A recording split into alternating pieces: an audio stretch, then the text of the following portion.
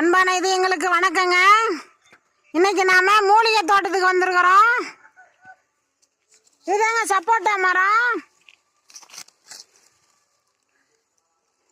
இது இப்போதான் காய், இன்னும் பழுக்கணும். இது வந்து சர்க்கரை இருக்கிறவங்களுக்கு ரொம்ப நல்லது. இதாங்க மரம். அடுத்து மணத்தக்காளி கீரை செடி.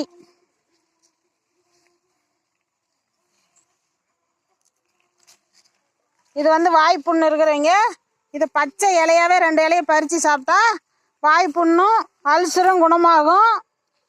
இதை வணக்கியும் சாப்பிடலாம், தேங்காய் சேர்த்து வணக்கலாம், காரம் சேர்த்துக்க கூடாதுங்க. எலுமிச்சம் செடி.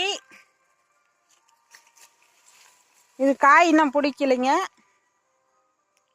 இதுதான் புளிச்ச செடிங்க, புளிச்சக்கீரை, நாட்டு புளிச்சக்கீரை.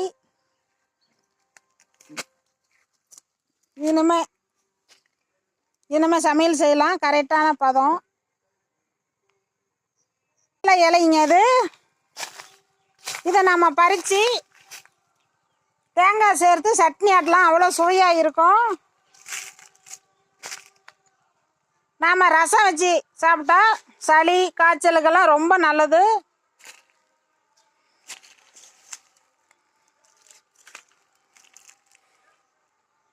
இதில் முள் இருக்குங்க.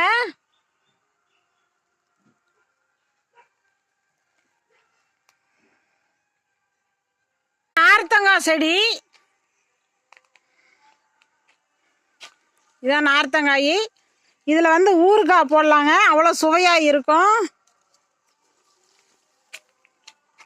இதில் சாப்பாடும் செய்யலாம், எலுமிச்சம் சாதம் மாதிரி சுவையாக இருக்கும்.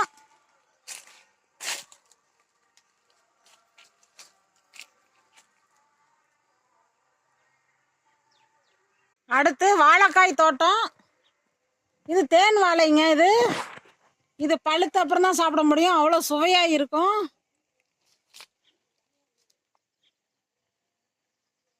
இதுதான் சொடக்கு தக்காளி. கிராமத்தில் இது சுக்குட்டி பழம் அப்படின்னு சொல்லுவாங்க.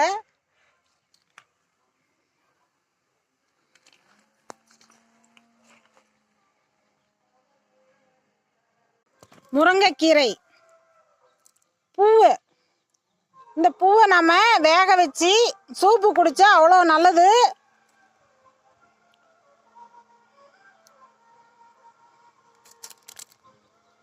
நன்றிங்க.